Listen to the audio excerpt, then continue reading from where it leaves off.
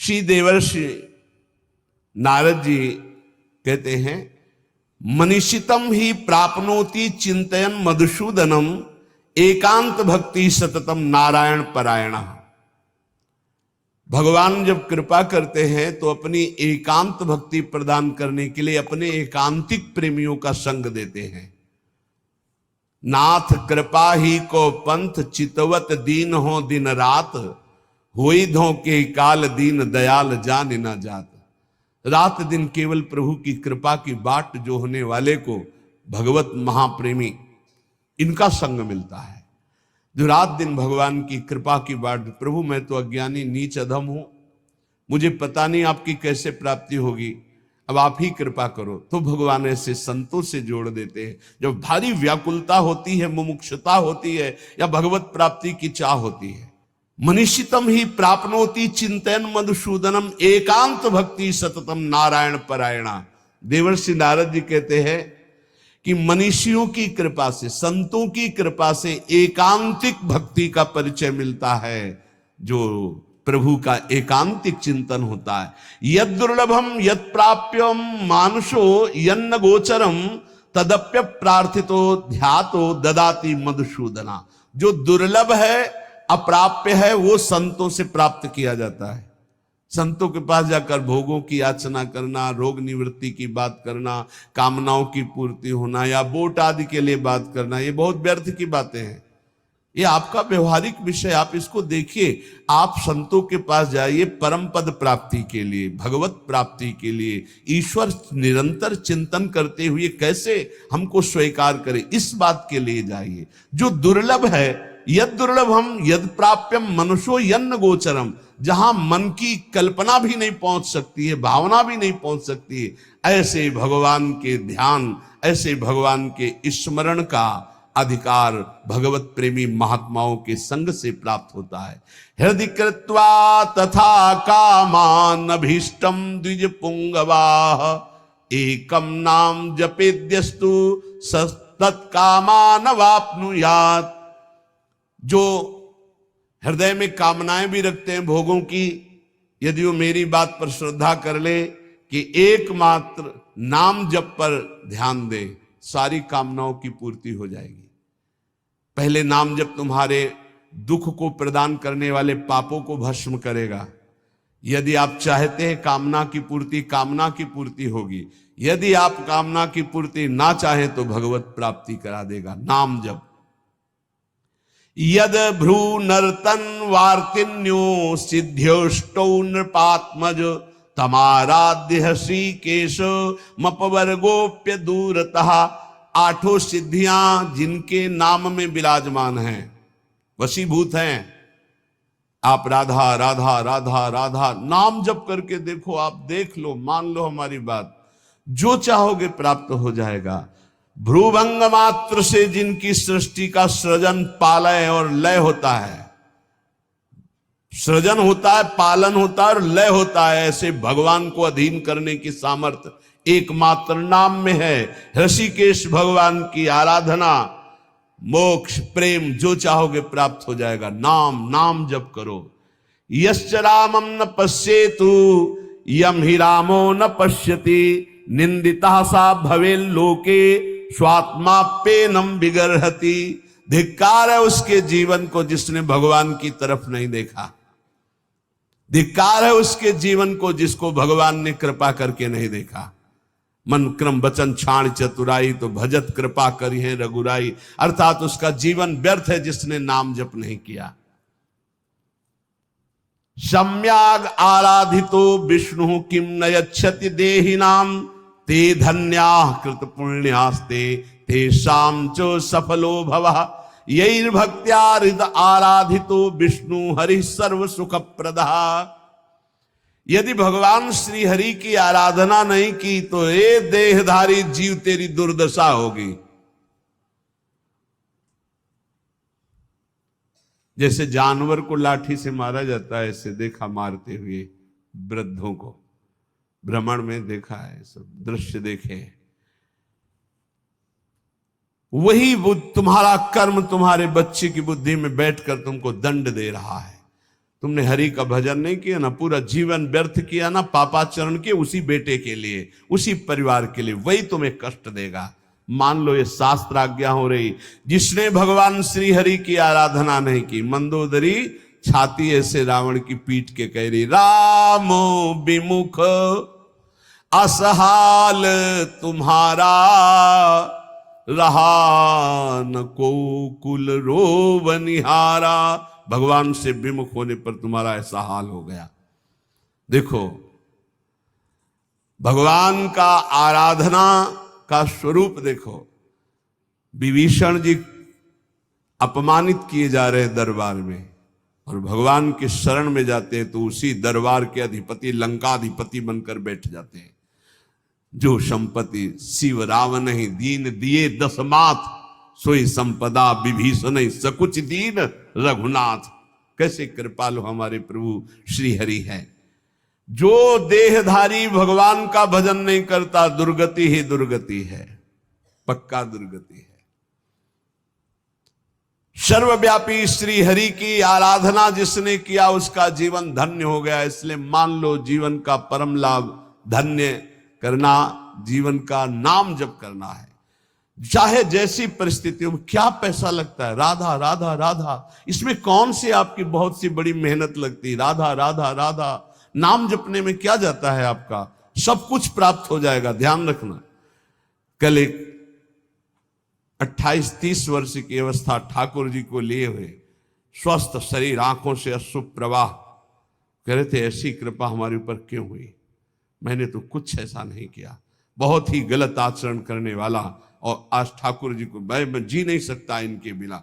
ये क्या है, ये क्या संत वाणी का प्रभाव अंदर गया, जीवन के पूरे जीवन को परिवर्तन कर दिया, जीवन का जीवन परिवर्तन कर दिया। बहुत दुर्लभ ये बात है, यही सबसे बड़ा चमत्कार है। मन विषयी भोगों में लगा हुआ और हटकर प्रिया प्रीतम में लग जाए, सबसे बड़ा चमत्कार। रूप मारोग्य मर्थाश्च भोगाश्चैवानुसंगिकान् ददाति ध्यायतो नित्यम अपवर्ग प्रदो हरि। तुम्हें सुंदर रूप चाहिए, आराधना करो, नाम जप करो, बड़े सुंदर हो जाओगे। देखो सुंदरता किसे कहते हैं, हृदय के आकर्षण को सुंदरता कहते हैं। सबके हृदयों को आकर्षण कर ले उसे सुंदर कहते हैं। जैसे मान लो स्त्री स्वरूप सुंदर है तो पुरुष स्वरूप को आकर्षण कामी पुरुष को कर सकता है, सबके नहीं। या पुरुष स्वरूप बड़ा सुंदर तो कामिनी के हृदय को आकर्षण कर सकता है। लेकिन भक्त का ऐसा स्वरूप जागृत होता है, स्त्री पुरुष वयोवृद्ध दुष्ट पुण्यात्मा पापात्मा महात्मा सब आकर्षित होते हैं। क्यों? क्योंकि उसके अंदर दैवी संपदा भागवतिक सद्गुण जागृत हो जाते हैं। इसे सुंदरता कहते हैं। हजारों लाखों लोग देखना चाहते हैं। क्या देखना चाहते हैं? सुंदरता। कौन सी सुंदरता? भागवतिक। वो पाउडर वाली सुंदरता नहीं, वो भाव बनाने वाली सुंदरता नहीं, वो भगवान नाम की सुंदरता, भगवत भाव की सुंदरता, भगवत भक्ति की सुंदरता। कह रहे रूप मारोग्य मर्थाश्रम। अगर रूप चाहिए तो हरि की आराधना करो, और आरोग्यता चाहिए तो हरि की आराधना करो। बोले आप कैसे नहीं आराधना कर रहे क्या? आरोग्यता तो हम रोगी नहीं है। रोगी मकान में तो रहते हैं लेकिन हम रोगी नहीं है। ना हम कभी रोगी थे, ना रोगी हैं, ना कभी रोगी रहेंगे। ना हम वियोगी हैं ना रोगी हैं। रोगी मकान में रह रहे हैं, ये मकान रोगी। तो सबके रोगी हैं, काम के रोगी, क्रोध के रोगी, लोभ के, ना जाने कितने विकारों के। यहां तो किडनी के रोगी हैं, न जाने कितने मिडनी के रोगी हैं। दिमाग खराब है विषयों में। यहां हम स्वस्थ हैं, स्वास्थ्य हैं। कोई ये मत समझना कि प्रेमानंद रोगी होता है। प्रेमानंद एक ही बात का रोगी होता है, प्रेम का, और किसी बात का रोगी नहीं होता। ये शरीर है, किसी का स्वस्थ नहीं है। जो शरीर में स्थित पुष्ट भी दिखाई दे रहे वो स्वस्थ नहीं है। मृत्यु के भय से भयभीत, काम क्रोध लोभ रोग से ग्रसित है। स्वास्थ्य वही है जो परमात्मा में स्थित है, भगवत भाव में स्थित है। ऐसा आरोग्यता प्रभु देते हैं कि भवरोग ही नष्ट हो जाता है, तो और रोगों की क्या बात। भवरोग ही नष्ट हो गया तो और रोगों की बात क्या। अर्थाश्च, अर्थ माने होता संपत्ति, इतनी बड़ी संपत्ति मिली है कि ब्रह्मा के पास भी नहीं है। कुंज महल की टहल सुख, दंपति संपत्ति पाई है, जैसे रूप लाल हित प्रीति सो जो 84 गाई है। हमें संपत्ति मिल गई, दंपत्ति प्रिया प्रीतम। हम कोई बोले रूप मारोग्य मर्थास्य भोगास्य वानुसंगिकान, बोले अद्भुत भोग की प्राप्ति। कौन सा भोग? बोले प्रिया प्रीतम की रस केली के दर्शन का भोग। जैसे ही हरिवंश निकट दासी जन लोचन चसक रसासो गटकत, रसासो गटकत, लोचन चसक रसासो गटकत। ददाति ध्यायतो नित्यम अपवर्ग प्रदो हरि, जो हरि का ध्यान करने वाले हैं उनको रूप मिलता है, आरोग्यता मिलती है, संपत्ति मिलती है, भोग मिलता है। और ददाति, भगवान नित्य अपवर्ग अर्थात मोक्ष सुख, नित्य सुख उसे प्रदान कर देते हैं। आतिपातक युक्तोपि ध्यायेन निमिषमच्युतम भूयस तपस्वी भवति पंक्ति पावन पावन।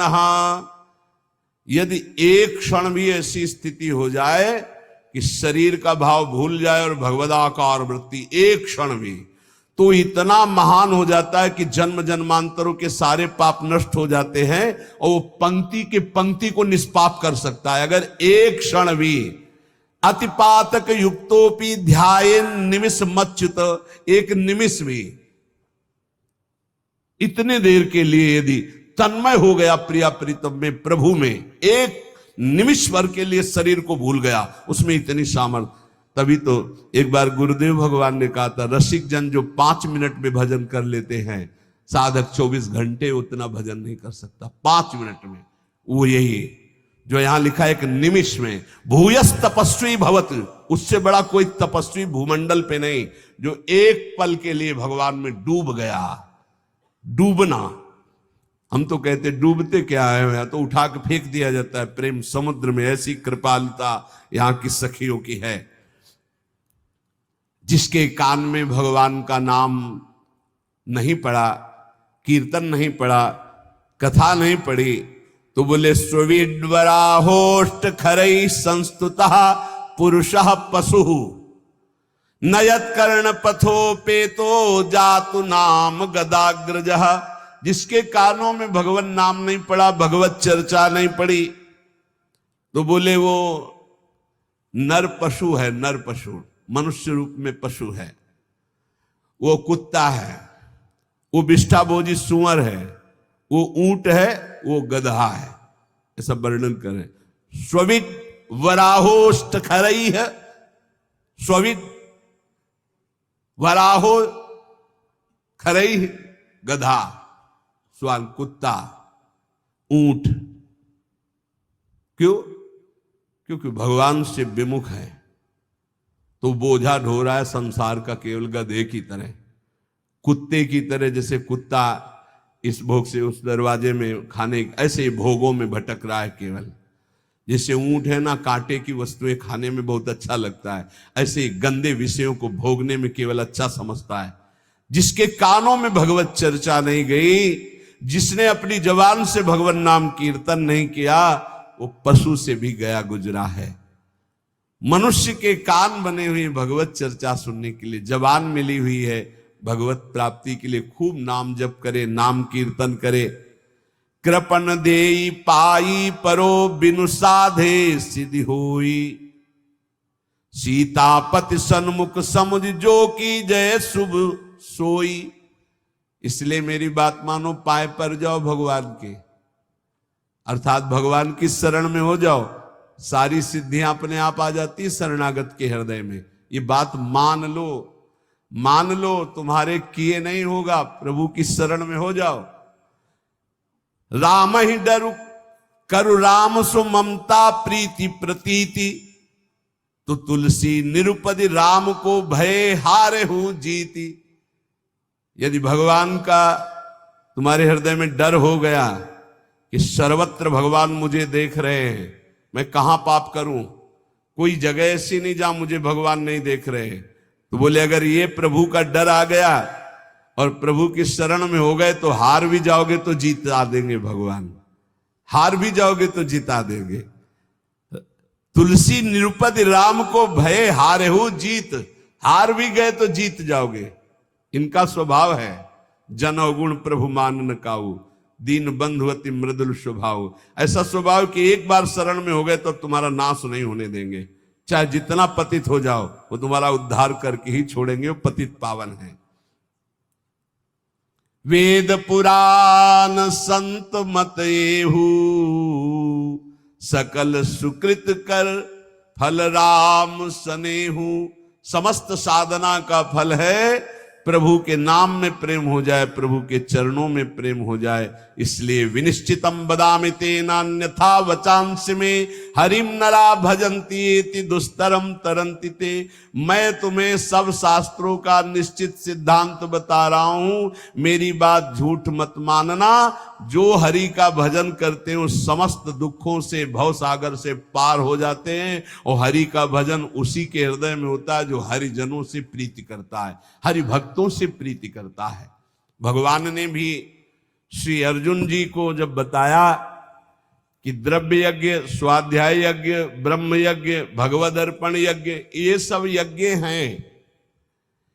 इन श्रेयान द्रव्य मयाद्यज्ञास ज्ञान यज्ञ परंतप सर्वम कर्माखिलम पार्थ ज्ञाने परिसमाप्तये। अर्जुन, जितनी भी मैंने यज्ञ वर्णन की, द्रव्यमय यज्ञों से ज्ञान यज्ञ श्रेष्ठ है, क्योंकि ज्ञान यज्ञ में सब कर्म भस्म हो जाते हैं और जीव जीवन मुक्त हो जाता है। ज्ञान यज्ञ में एक होता है कृपा से ज्ञान की प्राप्ति होना, एक होता है साधन से ज्ञान की प्राप्ति होना। जब साधन से ज्ञान की प्राप्ति को होता है तो साधन चतुष्टय अगर नहीं है तो वो अज्ञानी है, चाहे जितना ज्ञान वर्णन कर रहा हो। पहला साधन चतुष्टय है विवेक, दूसरा है वैराग्य, और तीसरे में 6 साधन है, इसे षट संपत्ति कहते हैं। सम दम श्रद्धा उपरति तितिक्षा और समाधान, और चौथा है मुमुक्षुता। ये 4 बातें होने पर ही वो ज्ञान मार्ग का अधिकारी हो सकता है। विवेक, विवेक कहते हैं जिसके अंदर सत असत का ज्ञान हो। सत्य क्या है और असत क्या है। तो वेद कहता है ब्रह्म सत्यम जगन मिथ्या, पूरा संसार झूठा है। सत्य है इसमें तो केवल ब्रह्म है, अन्यथा नहीं। जैसे भगवान शंकर कह रहे उमा कहूं मैं अनुभव अपना, सत हरिभजन और जगत सब सपना।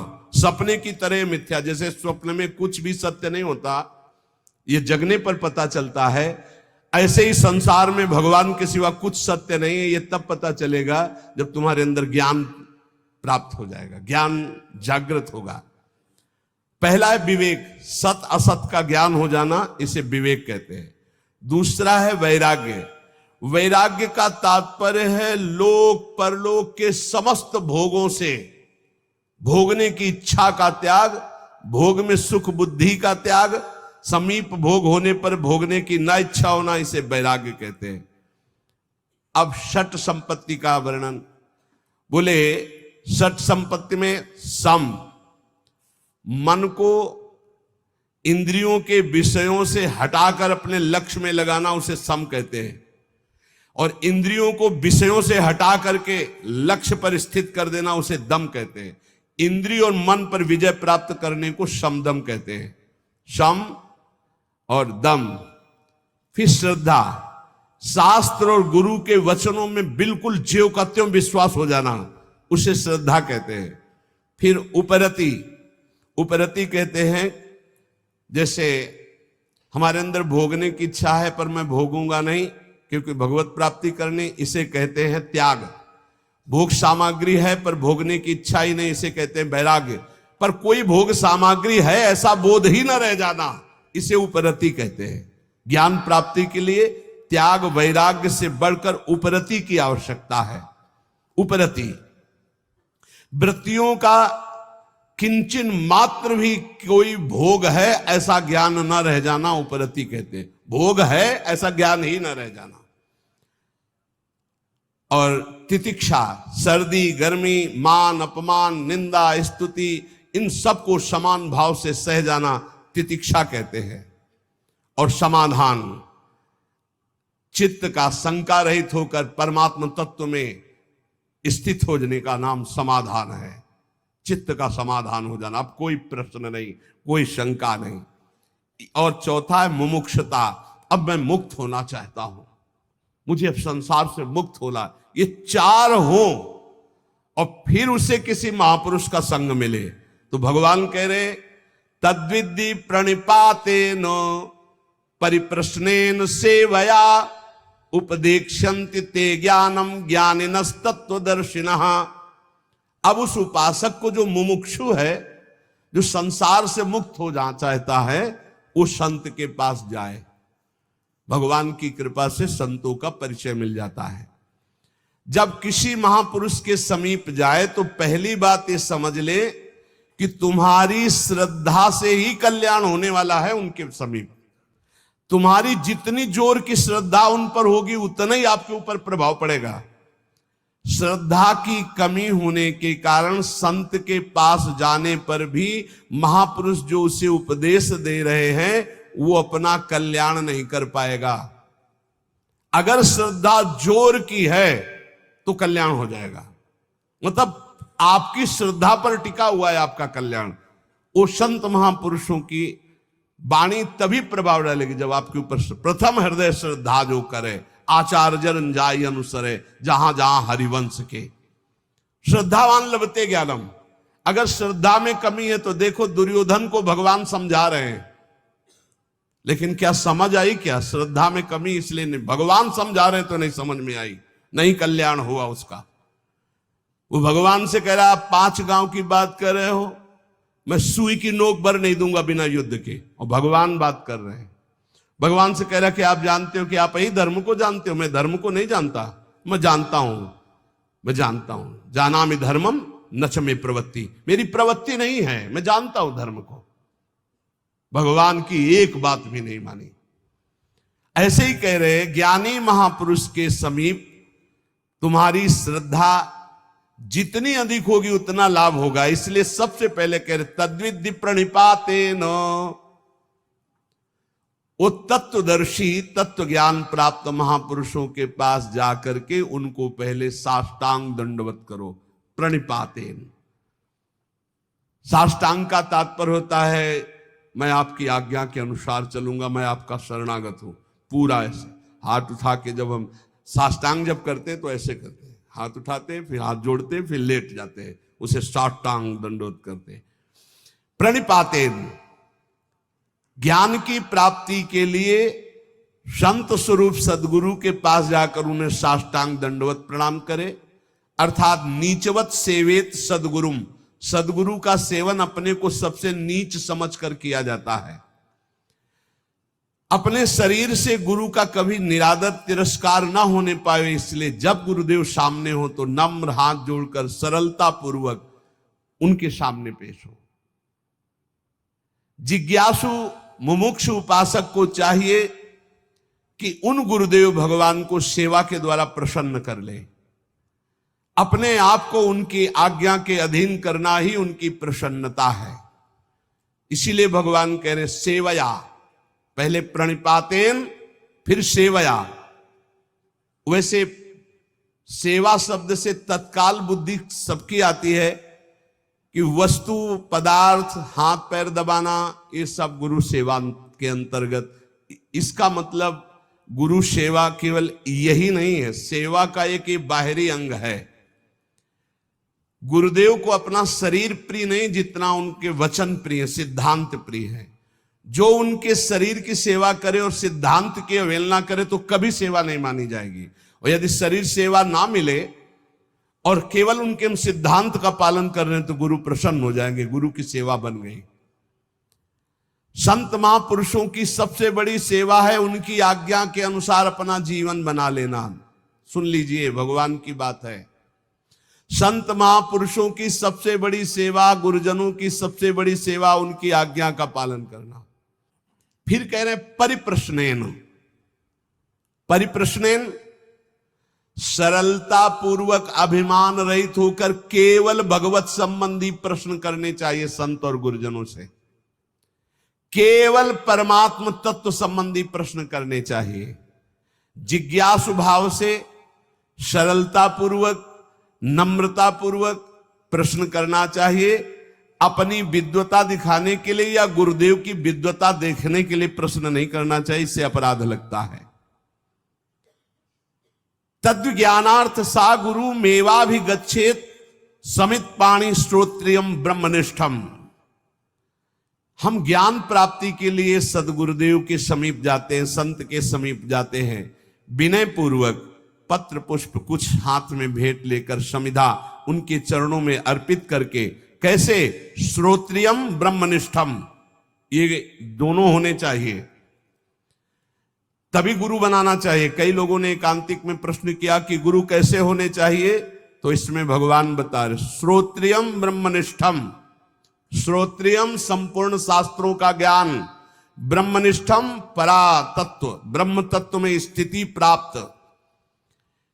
मैं कौन हूं, संसार क्या है, बंधन क्या है, मोक्ष किसे कहते, परमात्मा तत्व का अनुभव कैसे होता है, मेरे साधन में क्या क्या बाधाएं हैं, उन साधन की बाधाओं को कैसे दूर करूं, तत्व समझ में नहीं आ रहा, आदि आदि प्रश्न केवल भगवत संबंधी ही होने चाहिए।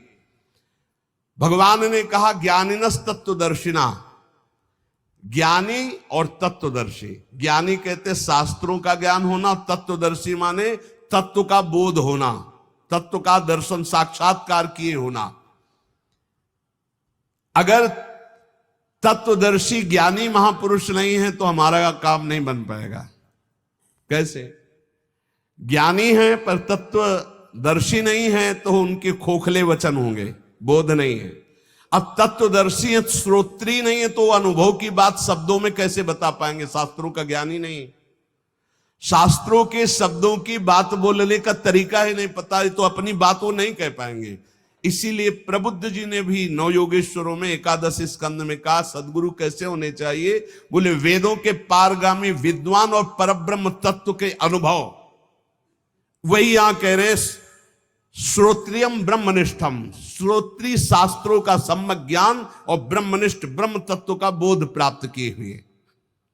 3 प्रकार के अधिकारी होते हैं, एक होते उत्तम, एक होते मध्यम, एक होते कनिष्ठ। उत्तम अधिकारी गुरु सेवा के बाद गुरु उपदेश श्रवण मात्र से तत्वबोध को प्राप्त हो जाता है, क्योंकि वो गुरु अधीनता स्वीकार किए रहता है। जो उत्तम शिष्य होता है, उत्तम अधिकारी होता है, वो गुरु अधीनता पर होता है। जैसा बोलो, जैसा बोलो, आपकी आज्ञा के अनुसार। उसे ज्यादा साधन नहीं करना पड़ता, श्रवण मात्र से उसको बोध होने लगता है। मध्यम अधिकारी जो साधन पक्ष पर जोर रखता है, पर गुरु आज्ञा से करेगा, वो कृपा पक्ष पर उसका परिचय ज्यादा नहीं, उसका साधन पक्ष पर परिचय अधिक। वो मध्यम अधिकारी है, श्रवण करेगा, मनन करेगा, निधिध्यासन करेगा, साधन करेगा, रहेगा गुरु के अधीन ही, पर उसकी प्रधानता साधन पे होगी, वो मध्यम है। और कनिष्ठ अधिकारी बार बार समझाने पर, बार बार साधन पर लगाने पर भी वो प्रश्न करता रहता है, शंका होती रहती है, पर वो भी एक दिन बहुत काल तक संग करने के बाद वो तत्वबोध को प्राप्त हो जाएगा। पर उत्तम वो है जो गुरु की अधीनता प्राप्त के साधन पक्ष पर दृष्टि नहीं, कृपा पर दृष्टि, वो सुनने मात्र से ब्रह्मबोध हो जाएगा। दूसरा मध्यम सुनता है, साधन भी करता है, पर उसका साधन पक्ष पर हट होता है, साधन पक्ष पर जोरदार हट होता है, काफी समय लगता है, पर उसे ब्रह्मबोध हो जाता है। तीसरा होता है खूब समझाओ, खूब साधन पे लगाओ, पर उसकी शंका निवृत्ति नहीं होती, ये प्रश्न, वो बहुत काल तक फिर जाकर वो संशय, जब बहुकाल करी सत्संगा तबे हो सब संशय भंगा, पर उसको भी ब्रह्मबोध हो जाएगा, पर समय लगेगा। अतः तत्वदर्शी गुरु की अधीनता भगवत प्राप्ति के लिए अत्यंत आवश्यक है।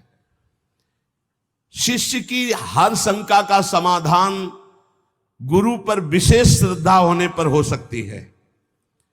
गुरु शास्त्रों के ज्ञाता और तत्वबोध संपन्न है, तो उनकी बातों में बहुत ठोस पावर होगा, वो जो बोलेंगे परिवर्तन होके रहेगा। इसीलिए भगवान आदेश करते हैं ज्ञानिनस तत्वदर्शिना, ज्ञानी हो और तत्वदर्शी हो। ज्ञानी तो लाखों मिल जाएंगे, लेकिन तत्वदर्शी होना बहुत कठिन है। जो बोध संपन्न है और तत्वदर्शी, वही परम कल्याण कर सकता है।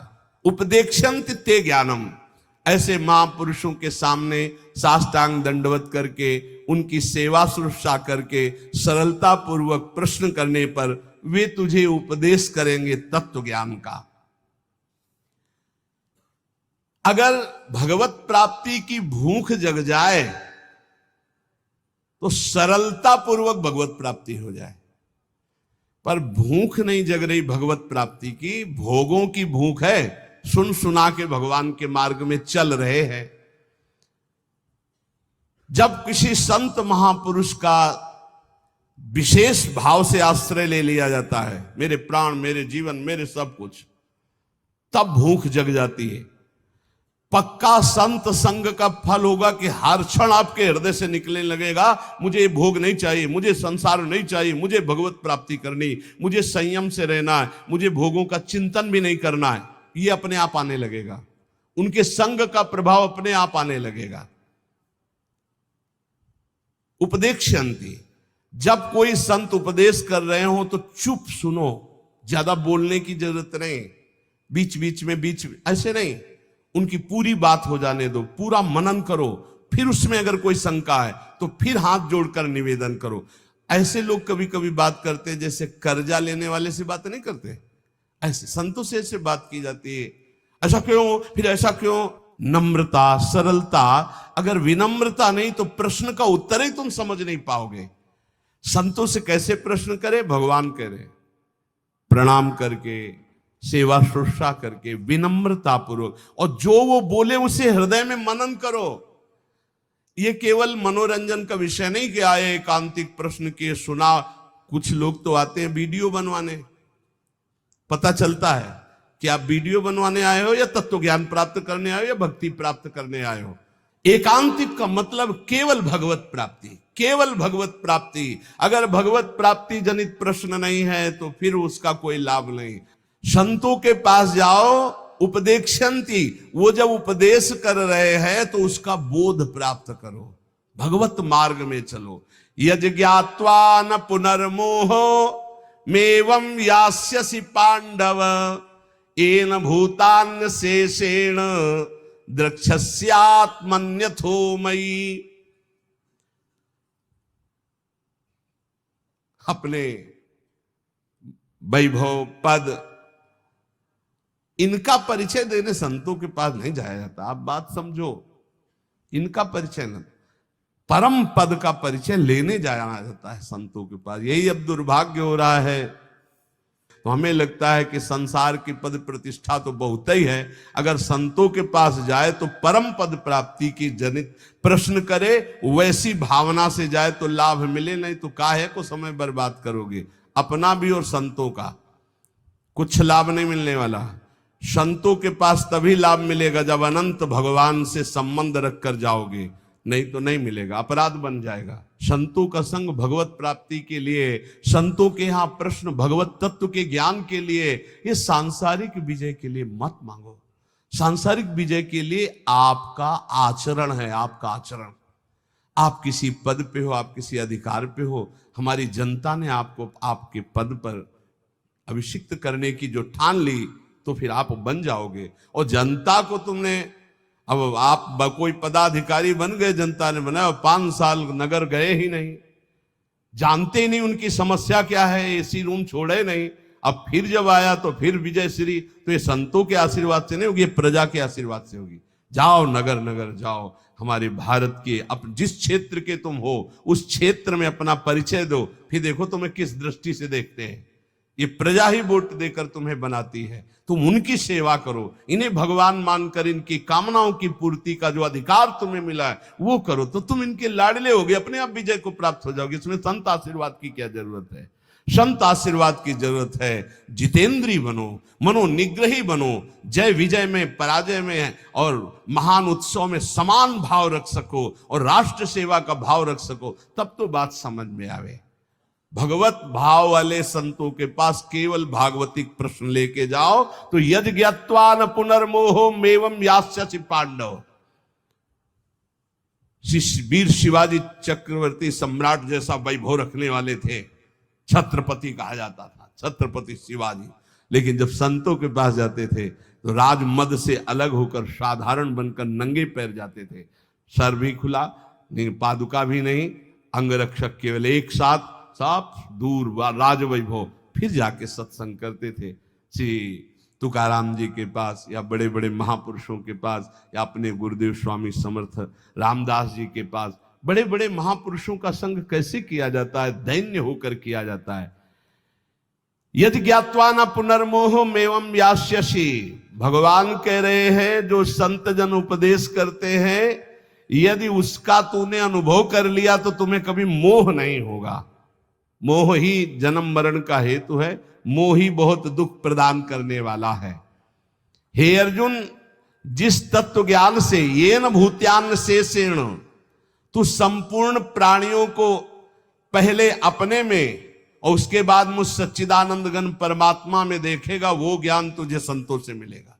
जब तू प्रणाम करके, सेवा करके उनसे प्रश्न करेगा तो वो तुम्हें उपदेश करेंगे, उसका फल होगा कि तुम अपने आराध्य को सब में देखोगे और सबको अपने आराध्य में देखोगे, कहीं मोह नहीं रह जाएगा, तुम परम पद के अधिकारी बन जाओगे।